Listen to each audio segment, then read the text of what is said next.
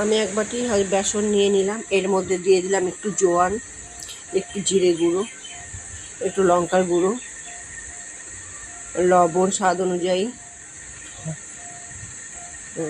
জল দিয়ে গুলিয়ে নেব। গোলাটা একটু মাখা মাখা টাইপের হবে। মাখো মাখো টাইপের হয়ে যাবে, সাইড করে রেখে দেবো। তারপর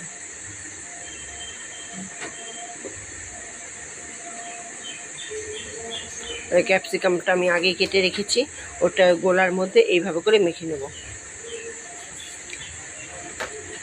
সুন্দর করে, সবগুলোর মধ্যে যেন এই বেসনের গোলাটা লেগে থাকে।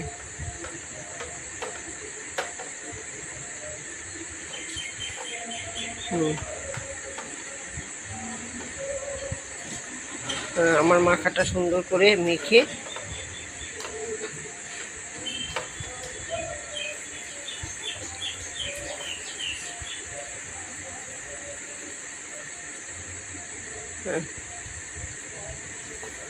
তেলের উপরে একটা একটা করে ছেড়ে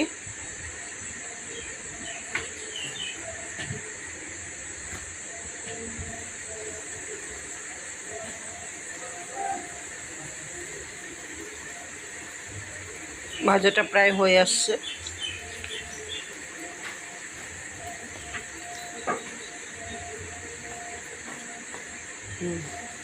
একবার উল্টিয়ে নেব।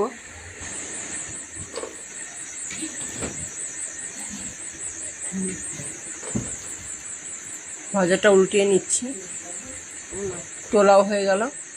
আমার রেসিপিটা রেডি হয়ে গেল, ক্যাপসিকামের পকোড়া। আপনাদের যদি ভালো লাগে লাইক অ্যান্ড শেয়ার করবেন।